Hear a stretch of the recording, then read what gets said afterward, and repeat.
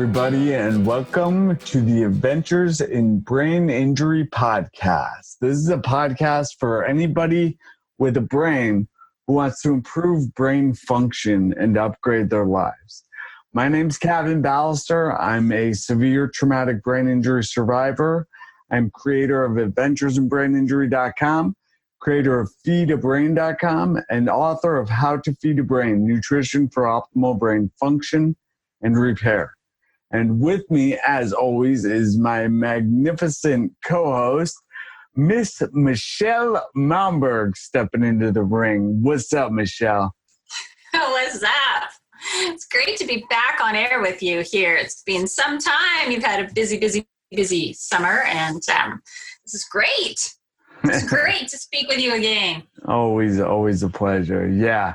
We have a great guest coming up. But first, I want to thank our sponsor, Revive Treatment Centers of America. It's a multidisciplinary neurorehabilitation center located in Denver, Colorado. And they do fantastic work. I'm actually going to be doing a presentation in Ohio that they have set up. I'm actually doing a presentation for an Amish community, because terrific. The Amish community isn't hearing these podcasts, and they're not, seeing the online content that I'm providing. So, so I'm going there with some books and speaking to them. It's going to be fantastic. That is, and to think that the Amish community is really so progressive in their modest way, and that they are bringing cutting-edge medical information into their community. That's fantastic. It's pretty awesome. Yeah, and they love that because it's not using drugs to make neuroplastic change. It's not implementing drugs. That's basically the biggest deal. They're like, functional neurology is cool because we're doing activities to stimulate neuronal growth. We're working out the brain. We're just doing it very specifically, and we're looking at the brain and assessing where the brain has deficits, and then we're doing exercises to improve those. So it's very, very cool. Well, it's very cool. And then you couple it with your book, which it underscores a major tenet of their entire society, which is food. Food feeds the body, brain, and mind. So, what a powerful combination, this functional neurology and brain food. Well done. I'm so excited for you. Thank you. So excited for you. Thank you. Speaking about food and the brain, yes, we have a very amazing guest who has firsthand experience of how food affects the brain. And she discovered it on her own with her family, yes. Yeah, so why don't we just bring her on? Why don't you tell me about Jade Nelson? Jade is an epilepsy advocate, a community health educator, a licensed massage therapist. She is passionate about self-care, and you're about to learn why. She's also passionate about the ketogenic lifestyle, made significant improvements in her life, and she's passionate about epilepsy advocacy. What is epilepsy? For those of our listeners who are not aware, it is commonly assumed that the human brain is the source of human epilepsy, and it's considered a chronic disorder. Jade is making strides here. The hallmark of epilepsy is unprovoked and recurrent seizures. So this, as you can imagine, affects one's life tremendously. Jade has found a way to focus her energy on sharing her personal journey with epilepsy to help bring hope, empowerment, and education to those struggling to change or accept the challenges presented to them in their own life. We have with us Jade Nelson. Welcome, Jade. How are you? I am doing great. How are you guys? Fantastic. Up north here too. Yeah.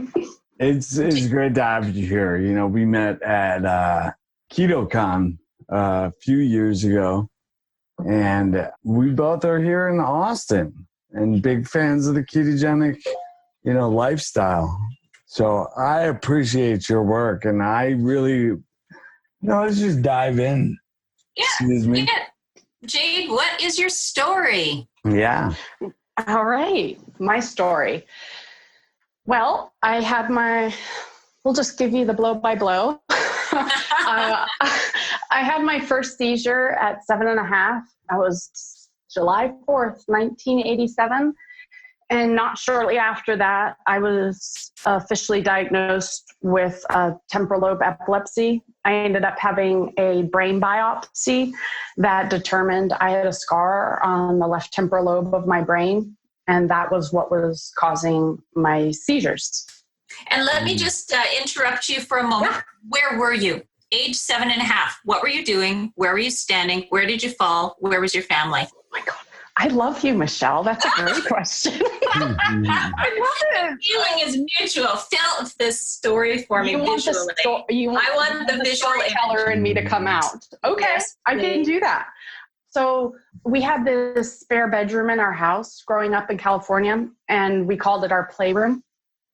And me and my little sister and my neighbor, we were playing school. We loved playing school.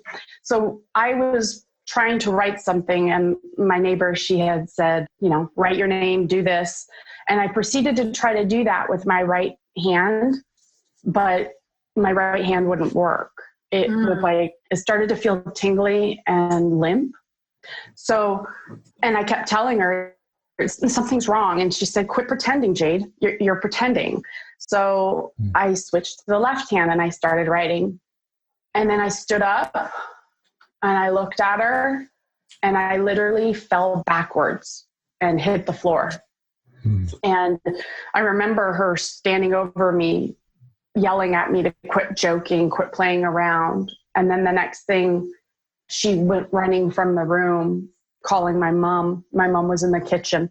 And then my mom came to my side, and I think my mom knew at that time, my mom was going to school to be a nurse, what was going on. And she screamed for my dad, and he carried me into the car. My mom hopped in the car and they drove me to the hospital. And I spent 4th of July looking out the window at the fireworks after that seizure. So little did you and your cousin know you were playing medical school. Yeah, little did we know. Yeah, my neighbor and I. Yeah, I'm sorry, your neighbor. No, that's fine. Yeah, and that was the beginning of everything. Wow. So you said that there was a scar that was causing this, and I was just thinking about Michelle's story. She had seizures as well, and they found out those were caused by a tumor in her right frontal lobe. And so that's very interesting to me. There's some similar things going on here between you two. Yeah, it's interesting you say that too, because I had a bunch of scans, MRIs, all kinds of things. And my mom, we went up to UC Davis in Sacramento and had all these tests done. And my mom ended up getting a phone call and was told we needed to come up immediately because what we know now as a scar, they thought was a glioblastoma, a tumor. And so that's why we had the brain biopsy, where they went in and they took a piece of that tissue. And then they found out it was necrotic tissue, AKA a scar. Okay. So you had a brain scan soon after the seizures. Yeah. They thought it might have been a glioblastoma, which is deadly brain cancer. That's scary stuff right there. Yeah. And then, so you come out of this, you're 7 years old at this point? Yeah, I was a month shy of my 8th birthday. So what happened next? What was your treatment at that point? And were you continuing to have seizures? So I basically had that one seizure in July, and then I didn't have another one, I believe, until that following year, later in the year.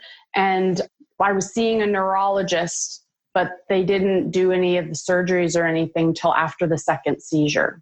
And then I was put on phenobarbital, which is a pretty gnarly, nasty drug, and I didn't last very long on it. And I ended up switching to Tegretol. And I stayed on Tegretol, or a form of Tegretol, for 20 plus years.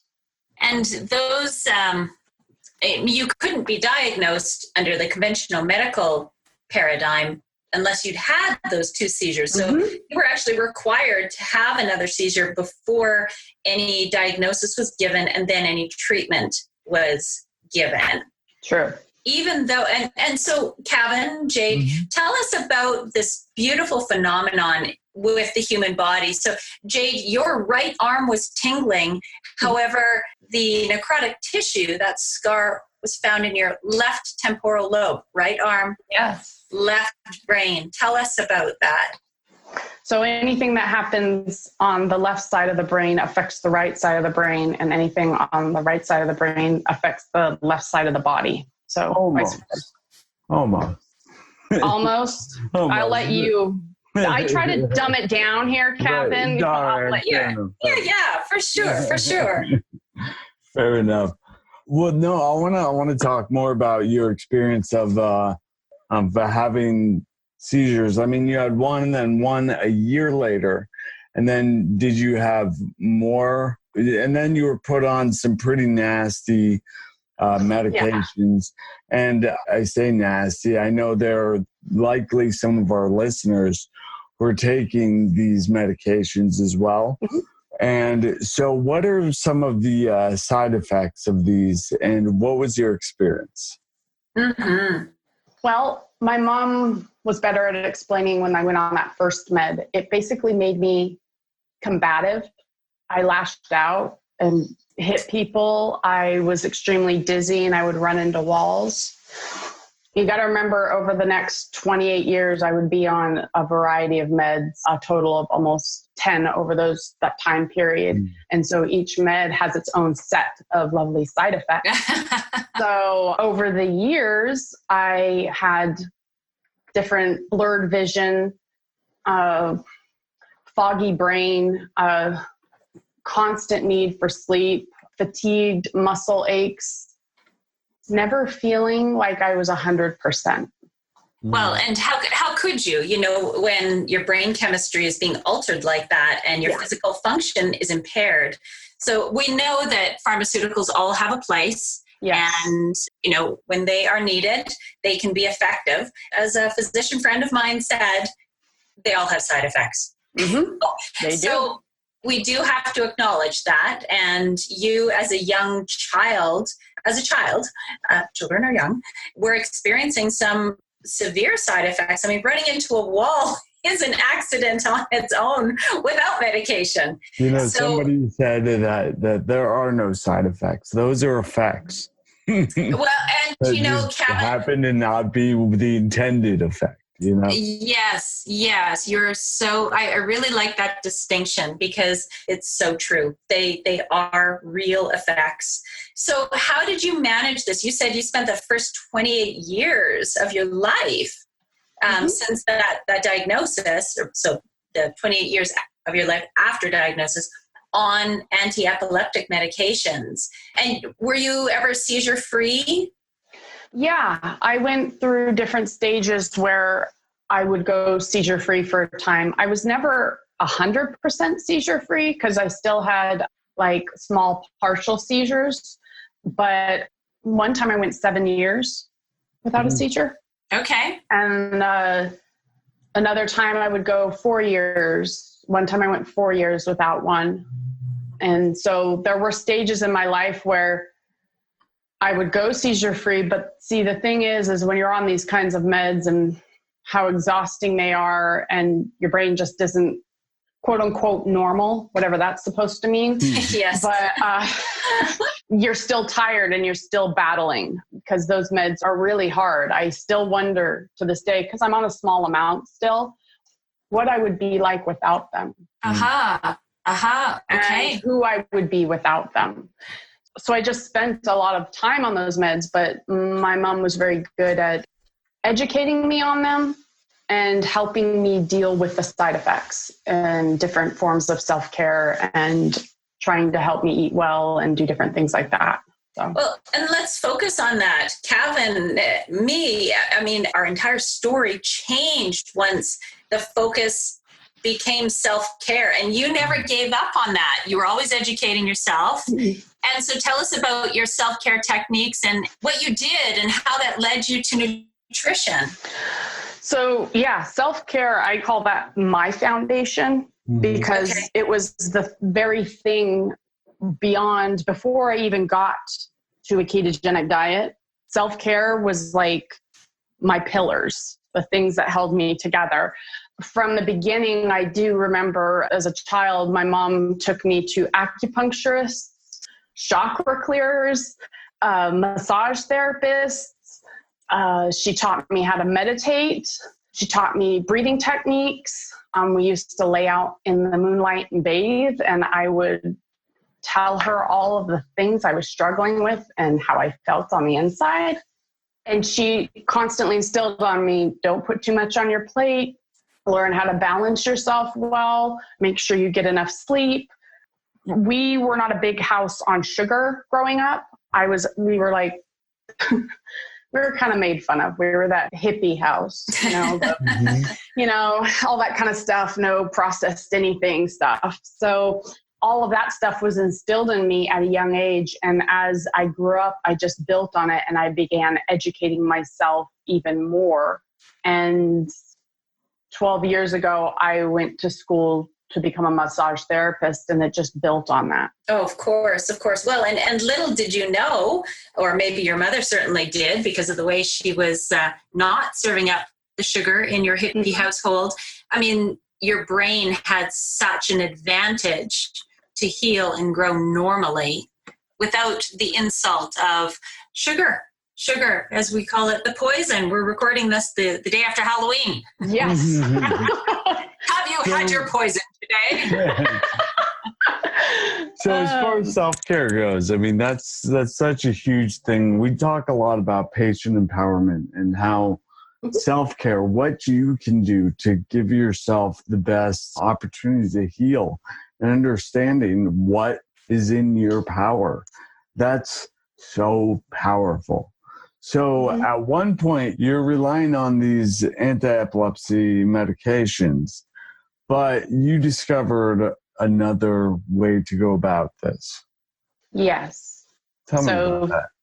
3 years ago, 4 years ago, I had another seizure after I'd been seizure-free for 4 years. I was swimming in the pool with my master's swim team, and I had a seizure.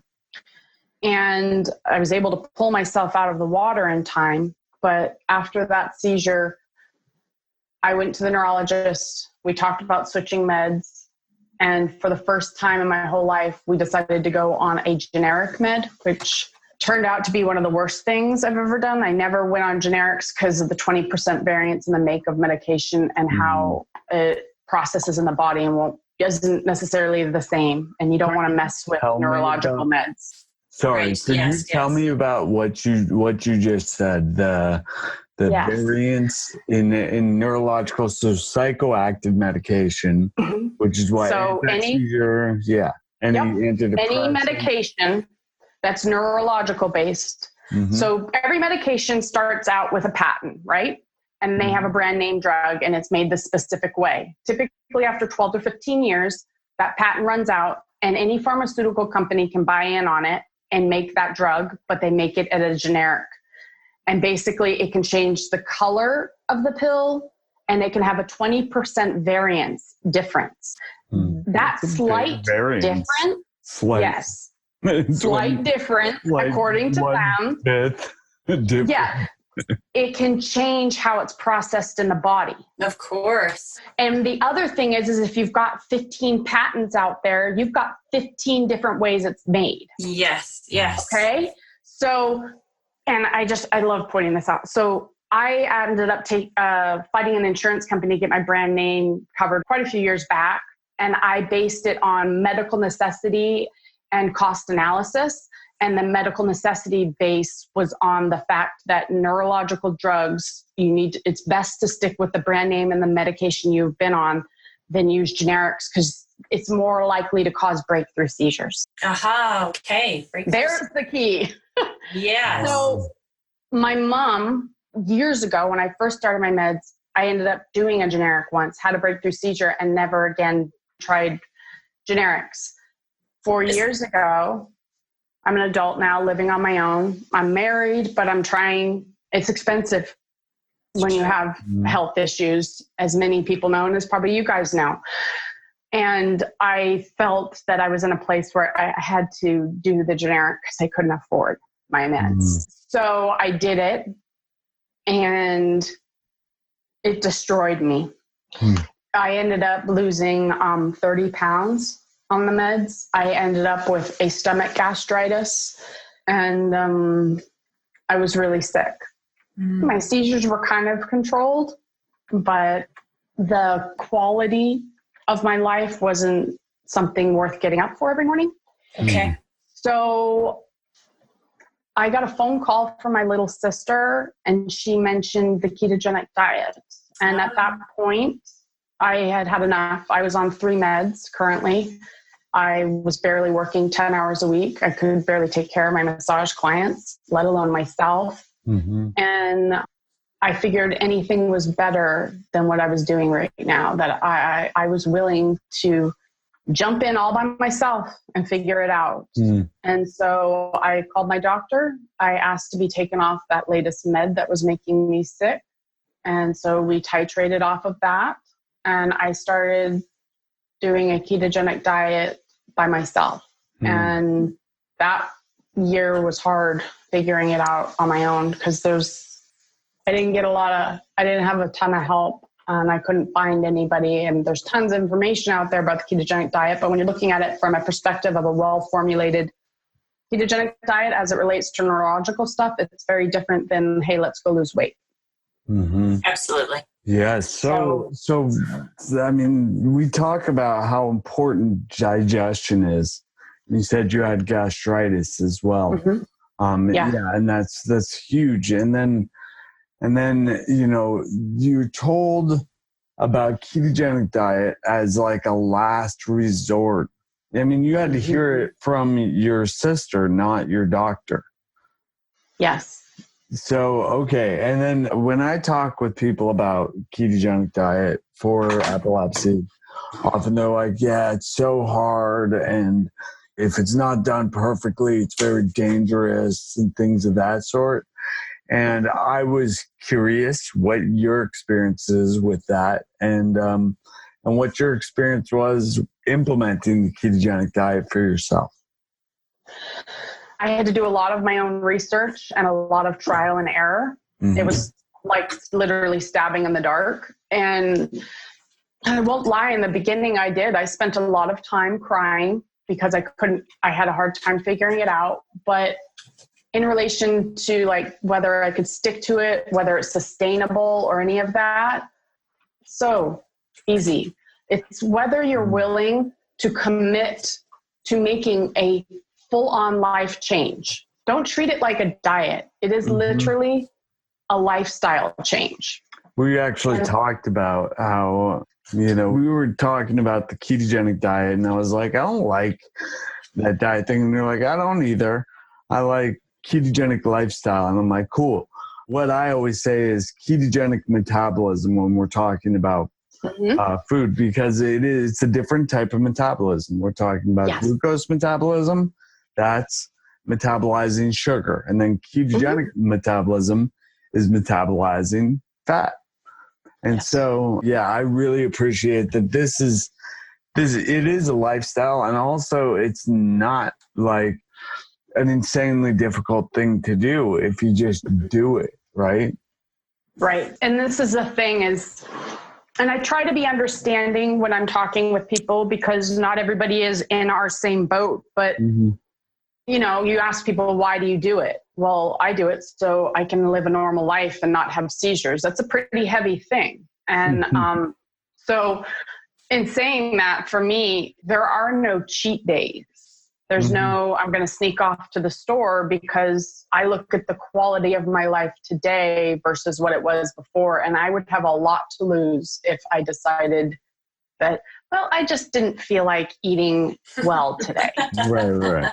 It's totally okay to fall off the wagon. Not a big deal, but it is when it comes to brain health. Right. Well, and that's the point right there. If somebody was using a ketogenic diet as an experiment for lifestyle or maybe trimming the waist, sure, go and have a carbohydrate fast for lunch. Sure.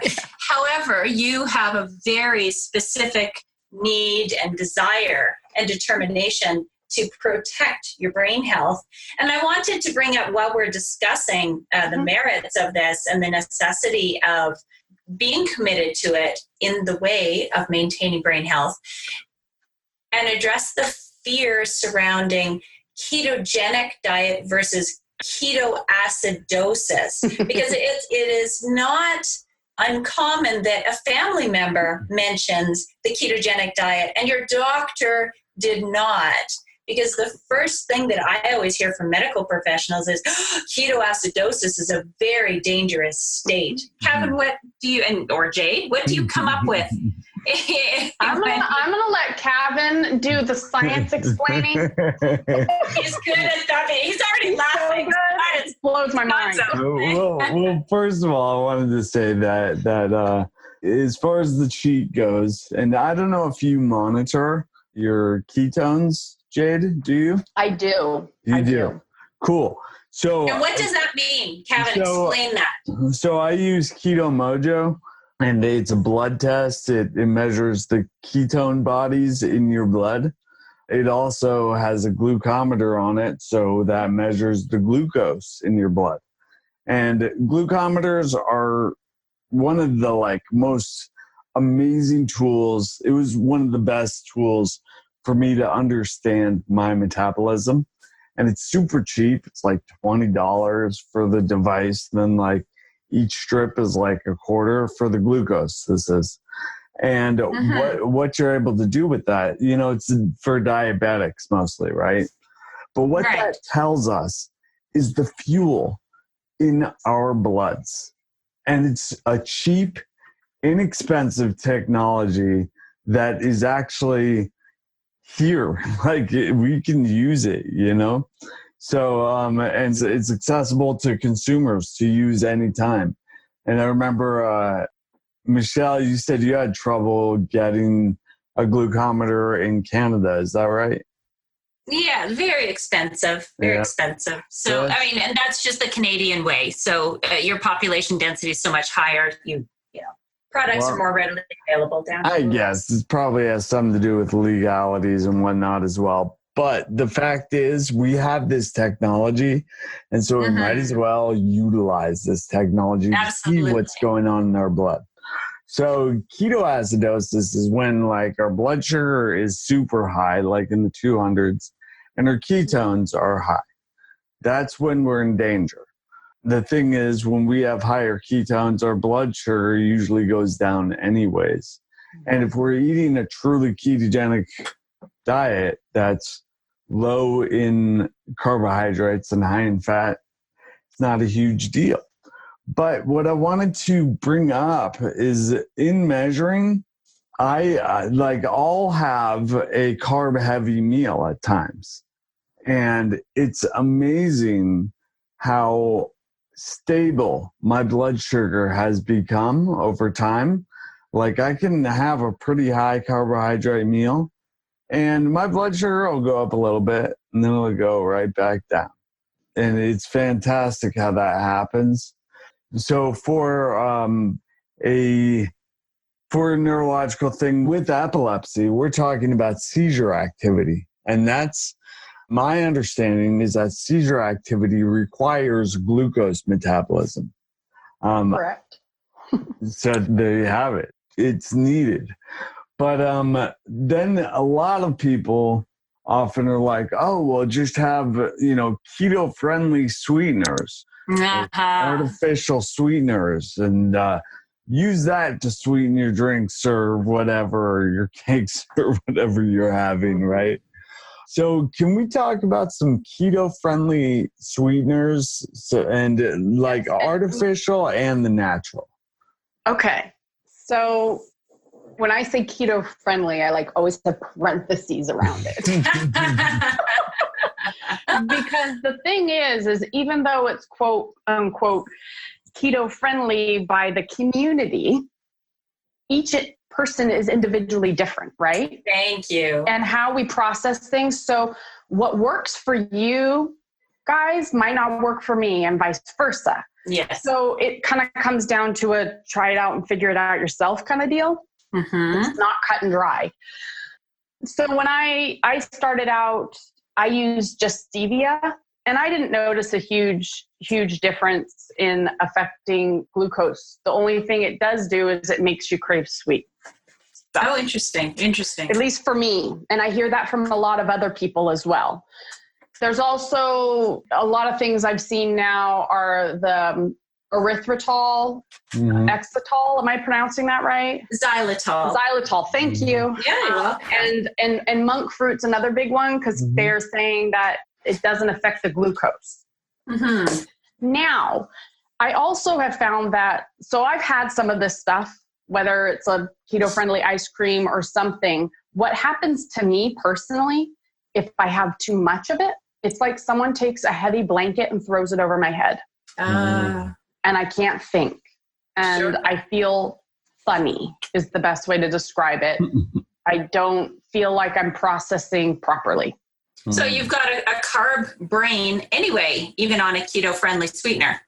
Yeah, you can have that response. And so the other thing that a lot of these sweeteners are like products and stuff is they will mix both. So the flavor tastes better. My gut tells me something about mixing things together creates a different reaction as well. Well, there we go. Some natural polypharmacy.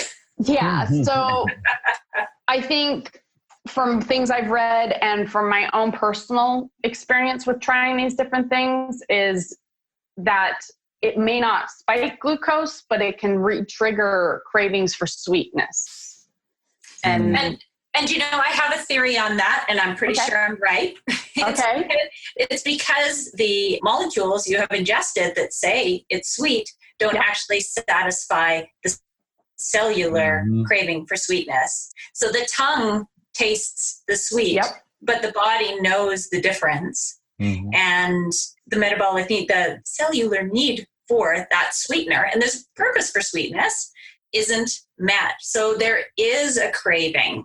And just another interesting side note on stevia, it has effects on fertility. Ooh. So it's not something that we should be, in my opinion, just jumping into and making a wholesale change toward. Well, so, and the other thing is I just don't understand why people feel like they need to replace sugar with something else. Why can't they just get rid of it altogether? There you go. Is exactly. It's like this whole relationship thing with food is what that is, I think. It's like this, I have to have something sweet after, or, you know. Yeah, we're trained. And it's also that gut brain thing, right, Kevin? I mean, if you have a microbiome that needs to be fed sweets in order to keep up that bacterial population, it's going to send those chemical signals. Woo, want something sweet? Give me a sweet finish. Yep. And so there is a real scientific basis behind the fact that you crave these sweets. And it's not you, the mind, it's you, the body, but the body is that pack of microbes in the gut saying, feed me. Yeah, and there's actually studies that show like artificial sweeteners increasing our blood sugar. Spiking our blood sugar. So yeah, and then cravings, absolutely. I think, I mean, when we eat something sweet, our brain's set up to be like, oh, we got something sweet. Cool, we got this fuel. Wait, we don't have this fuel. Well, all right, crave something sweet then. Right? And then you crave something sweet, and then you have some more sweetness, and it still doesn't do it for you because you're having the stevia, and it's like, getting this vicious thing. I remember as I was recovering, I was seeing a functional neurologist, Dr. Thomas Culleton, and he put me on a leaky gut protocol. And I was like, so what do I use for sugar? And he's like, how about sugar? Like, really? He's like, yeah, just don't use much. But seriously, if you're going to have sugar. Like, Yes. But Or honey, you know, or nice like, raw honey. I mean, it's still sugar. Like, Yes, honey is absolutely. sugar, right?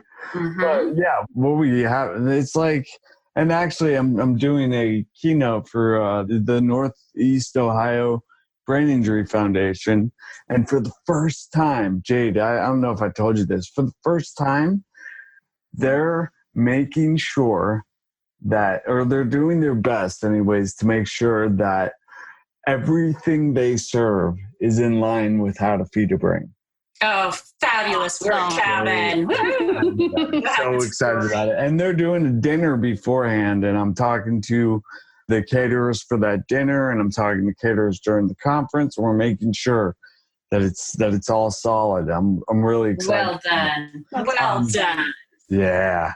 It's really cool. But she's like, okay, so for coffee, and I'm like, coffee, cool. Have coffee out there. Have coconut and or almond creamer, and then as far as sweetener goes, sugar. Yes. Have sugar, let's keep it real. But obviously sugar and keto don't really mix. No. So let's talk about those cravings and your experience of how the switching to a ketogenic lifestyle. We're switching from glucose metabolism, which is sugar metabolism, in which our brain craves sugar, to keto metabolism. Like, I don't crave sugar very often. I crave fat all the time, though. Mm-hmm. What's your experience, Jade? Well, when I started out, I definitely still battled the sugar cravings. I just had to tell myself that it wasn't real. You're not going to do it. It's a habit you had. But nowadays, I sometimes still crave sweet stuff, but I don't think it's because, I know it's not because my body needs it. It's because my brain still thinks it wants it. Sure.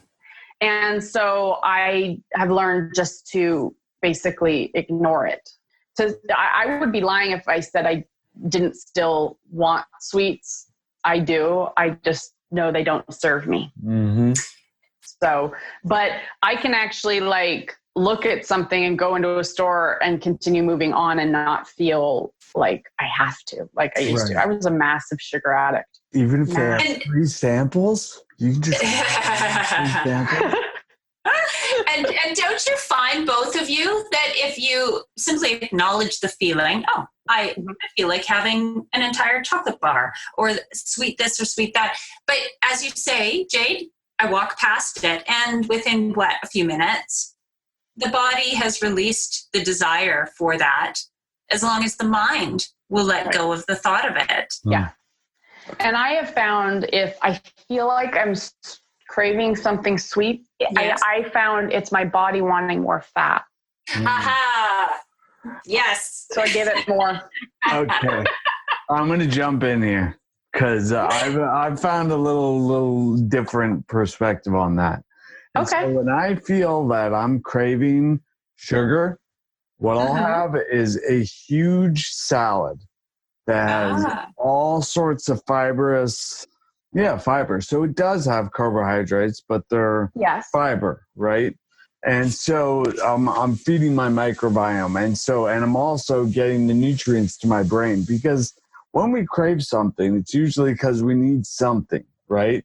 Right. But our body might be a little confused and be like, I want sugar. And it's like, you don't want sugar. You want all the stuff that comes with that sugar, right? The nutrients. Exactly. The nutrients, right? So if you have everything else, you're going to be good. And it works every time. And that's the thing, in relation to the ketogenic diet, I do think a lot. There's not a ton of studies on adults with epilepsy, or there aren't any, I don't even think. I haven't come across anything. I do wonder long term, nutrient wise and stuff, because I'm always balancing and playing with my diet constantly. because I do wonder, will this do damage? Will something not work, or will I be lacking something later on in life? But I still have to do what I have to do right now, because I'd rather look at quality of life than honestly quantity of life personally. Yes. So, Did I give you a copy of How to Feed a Brain? I have a copy. I've been reading it. Nice. Because that's going to give you the nutrients that your body needs. Yeah. What I say, that like Feed a Brain gives what you need. So your brain and your body gives what you need, the ingredients it needs to effectively express who you are. Mm-hmm. And I mean, it's so cool to be able to supply everything while still feeding the brain ketogenic style. So I'm working on a Feed a Brain keto program, but yeah, it'll be fun. In fact, we should talk a bit about that. Definitely. Yeah. And you also get an extra serving, Jade, when you read How to Feed a Brain. You get a serious dose of passion. Yeah. That author is incredibly Right? Yes, right. It's something special. Yes, quite amazing. Thank you, Kevin. Oh, you guys. No, it's true. You're out to change. And I just look at what transformations have happened just this year, 2018. And it's phenomenal, my friend. Oh, thank you. Thank you so much. Yeah. Well, I wanted to talk about the acceptance of a diagnosis. Mm-hmm. What does that mean to you? Well, I look at an acceptance of a diagnosis. It's not, most people think about it and they think, oh, well, I accept my diagnosis, that it means you're giving up. Mm. And I don't agree with that. My idea of acceptance is understanding the limitations that you may have and working within them, but also continuing to search for different ways to improve the quality of your life. So it was many years where I was angry that I had epilepsy, especially in my teen years, especially in my early 20s. I was angry. Every time something went wrong, I was just angry. And anger is not good for the body. It sets up pain. It does all kinds of things. And I think the moment that when I started the ketogenic diet, it allowed my brain to heal in a way to find an acceptance with where I was at and what I was capable of doing. And the moment that I was able to accept it, I was able to grow and thrive in a way that I never thought was possible. That sometimes accepting something allows you to grow and be more open, and the possibilities can be endless. There, yes. Kevin has something to say. Yeah, I wrote a post about acceptance, and acceptance is not giving up and no longer trying. It's about accepting where we are in this state and accepting the fact that we can't change this moment, but what we do right now can change the future. Yes. So, and what I recognized is that acceptance is actually the greatest gift that I've been given from my injury and my circumstances, the ability to accept and to be okay, knowing that you're all right. Yeah. And moving forward. And like you said, accepting where you're at, and knowing that right where you're at right now doesn't mean that's where you're going to be in 6 months. Exactly. And you know what I have found really powerful, you too?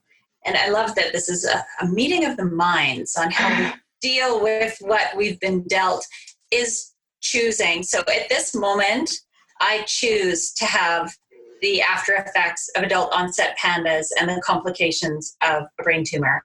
And that doesn't mean, as we've said, that I'm locked into what this day presents to me. There's no ball and chain around my leg.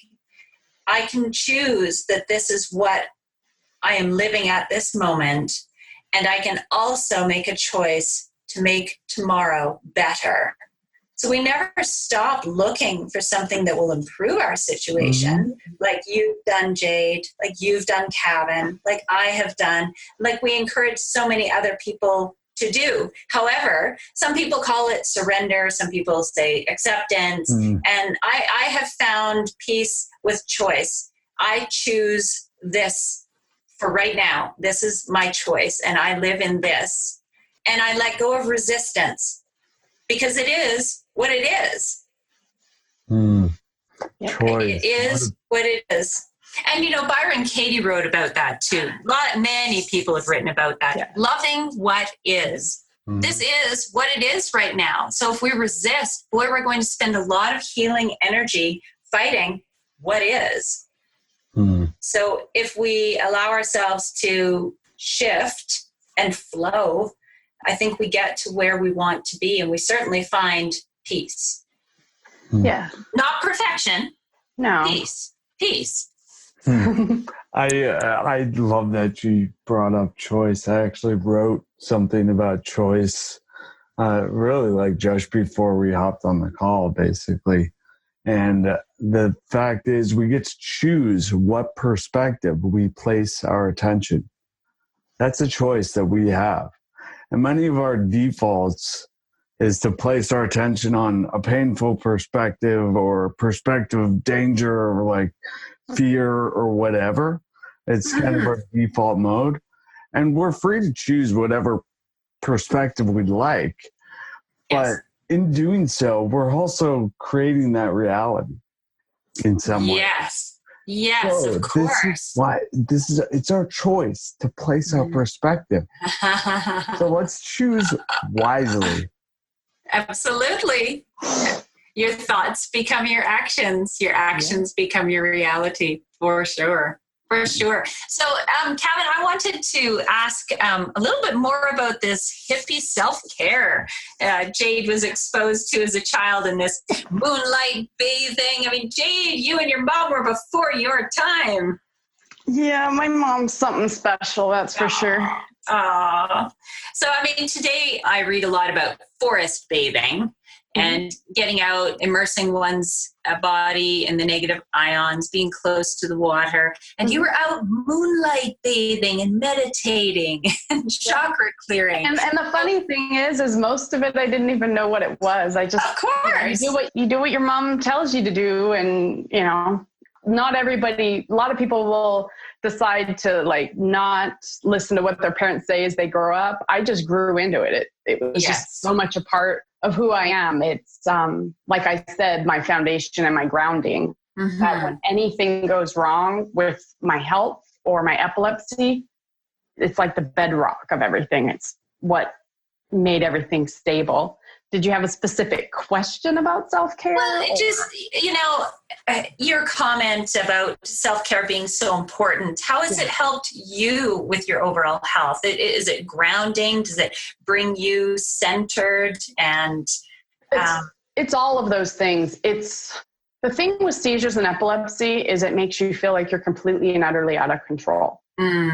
That even though you're making choices and doing everything you can, every so often the brain just decides that it's going to remind you that it has control of like when that seizure is going to happen. And I think a lot of the self-care was my way of building something that I knew that every morning I got up. Like my self-care currently today consists of waking up every morning. I start with oil pulling. I do all of my ketone testing. I mark what the weather is like, and I do certain breathing techniques. So I'll do my yoga, and then I do a daily walk, and then monthly I get massages, acupuncture, weekly chiropractic. I swim in Barton Springs at least twice a week usually to get my cold therapy. And if I'm not doing that, I'm soaking in ice baths. I do all kinds of different types of things, and then depending on the seasons I switch things up too. I read a lot. First of all, you need to let me know when you go to Barton Springs, because I love that. I mean, you want me to come pick you up? Totally. Yeah. Let's do I've got got some serious FOMO being up here in the north. Do you come pick up northern brain injury survivors? Good heavens. Oh my gosh. Yeah. Send your No, private I'm jet. sorry. Go on. What were you- Yes, No. go on. No, but yeah, I think the big thing is whether we have a brain injury or we have health issues or we're blessed to be pretty healthy. I believe everybody has to have some kind of foundation of self-care, because no matter what stress levels occur in life, with things come up or other health issues, if you have a solid foundation of how to take care of yourself and what to come back to that works for you, I think you can survive anything. And I believe that all that my mother taught me, also about essential oils and all of that stuff, no matter when a seizure occurred growing up, I knew what I needed to do. Oh, and I think everybody deserves and needs to learn from someone else or from their own experiences of putting it together, a good self-care plan. Because what happens is some people will start self-care plans, but then they start feeling better, right? Of course. And then they stop. Of course. And then they come back and they go, I don't feel good. Well, are you doing your self-care? No. Okay, but weren't you feeling good during it? So it's like a consistency thing. So I think self-care is key to having that solid grounding, that place to go back to. It's your starting point. Mm-hmm. And you put that all together for us in a toolkit called my Keto Toolkit. Well, I actually don't talk a ton in self-care in there. In that one, that's a lot about the food I did to get going on keto. So where would we find more about your story and your self-care? On your website? On my website. And I also do this thing every single Saturday. I do a post on my Instagram called Self-Care Saturday, where I give a tip on self-care. So tell us where we can find you. Instagram, YouTube, Amazon. On Instagram, it's The Train Inside Me. Mm-hmm. And then my website is jadenelson.net. And then from there, you can find my YouTube and everything else. I don't have enough followers to have a special name yet. You do have a special name, Jade Nelson. Yes. Well, you get to name your YouTube channel, I think. Oh, I like Jade Nelson. We know where to find you. Yes, basically, yeah. So that's where you can find out. I do the Self-Care Saturday every Saturday on Instagram, and I do a lot of blog posts on self-care on my website too. That's brilliant. So our listeners have this inspiration on the podcast and numerous places to tap into online.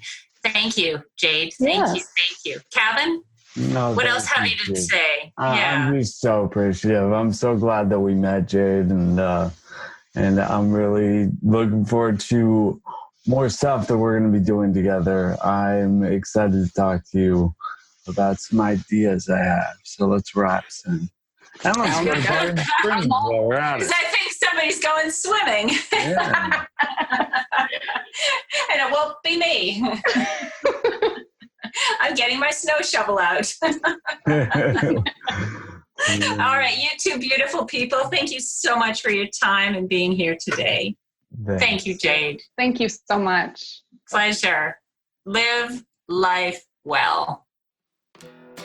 That was awesome to actually speak to somebody who has epilepsy and learn about her experience with food and nutrition to change her brain chemistry and to put her seizures at bay. I had a great time. That was it's tremendous. And Kevin's so inspiring that her family stood by her all these years and has helped to guide her through self-care and into the ketogenic diet. And really, she gets to show her physician, who's going to influence so many lives, that food is medicine. Exactly. Food is medicine. I realized that I believe that there's a difference between who we are and what we are.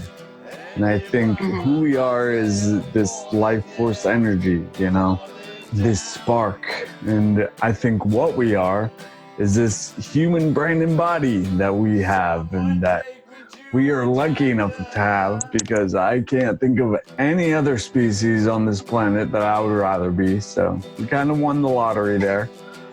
And giving the ingredients to what we are to effectively express who we are is exactly what Feed a Brain is about. And exactly what Jade is talking about with choosing a ketogenic metabolism in order to have her brain work as well as it can, in order to have the hardware of what she is effectively express who she is. Yes, yes. And boy, did she ever sound vibrant, so alive. So infectious. I can't wait to meet some of these guests. You're in the epicenter. You get to do all the meeting and greeting, and how fortunate for you. We'll make it happen sometime soon. I look forward to it. Yeah. Well, thank you for another great episode, Mr. Ballister. And thank you guys for sticking around. We would love a review on iTunes. That really helps us get this stuff out there, and a review on my book would also be fantastic. Actually, you can read reviews on my book at feedabrain.com/review, and you'll see all the Amazon reviews. It's really cool. I love going there and just kind of scrolling down and being like, yeah, I'm changing lives. This is pretty awesome. Yes, well done. Well done. This has been a year of transformation for you. So thank you for affecting so many lives, Kevin. Thank you, Michelle. And mine included. Oh, much love. And you have affected mine for sure. Awesome. All right, guys. Well, and all of you out there, you've affected my life a whole lot too. We wouldn't be doing this if it wasn't for you. So that's right. Thank you all. If you would like to drop us $1 or $2, head over to patreon.com/AIBI for Adventures in Brain Injury. That helps us keep this going. So thank you all so much. Wonderful. Have a great day, everyone. Someone take me to a doctor.